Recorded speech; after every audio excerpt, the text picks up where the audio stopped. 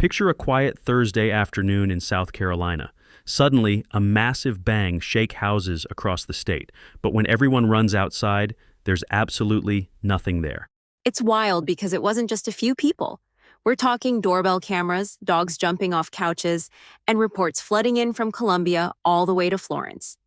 What makes this May 28th event stand out is that every single agency you'd expect to have an answer came back with a firm no. Right. The USGS confirmed it wasn't an earthquake. NASA ruled out meteors or rockets, and the local Air Force bases said it wasn't them either. It's rare for the USGS to even flag these. They actually logged it with a 0.0 rating because their sensors picked up air pressure rather than ground movement.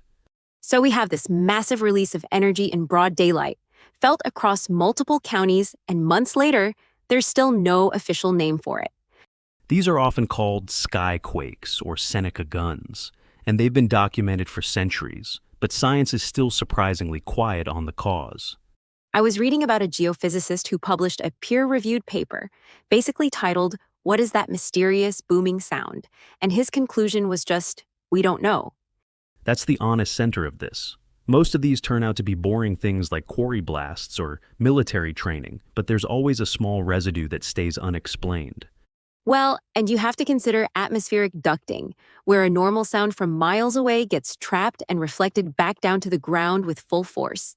Exactly. A temperature inversion can make a distant jet sound like it's exploding right in your driveway, which confuses the hell out of everyone. But in this South Carolina case, the usual suspects were asked directly, and they all denied it. That doesn't happen every time a boom gets reported. It doesn't. But we also have to be careful. No agency claiming it isn't the same as no agency causing it. Records can be slow or incomplete. True. Look at the Longfellow boom in Minneapolis. People thought it was a portal or a secret weapon for years, and it turned out to be industrial fans on a grain mill. It's usually something that mundane, but that doesn't mean the mystery isn't real. There are documented cases across 4 continents that still have no clear source. It's okay to leave the file open. We don't have to jump to conspiracies just because the answer is currently missing. That's what an honest investigation looks like.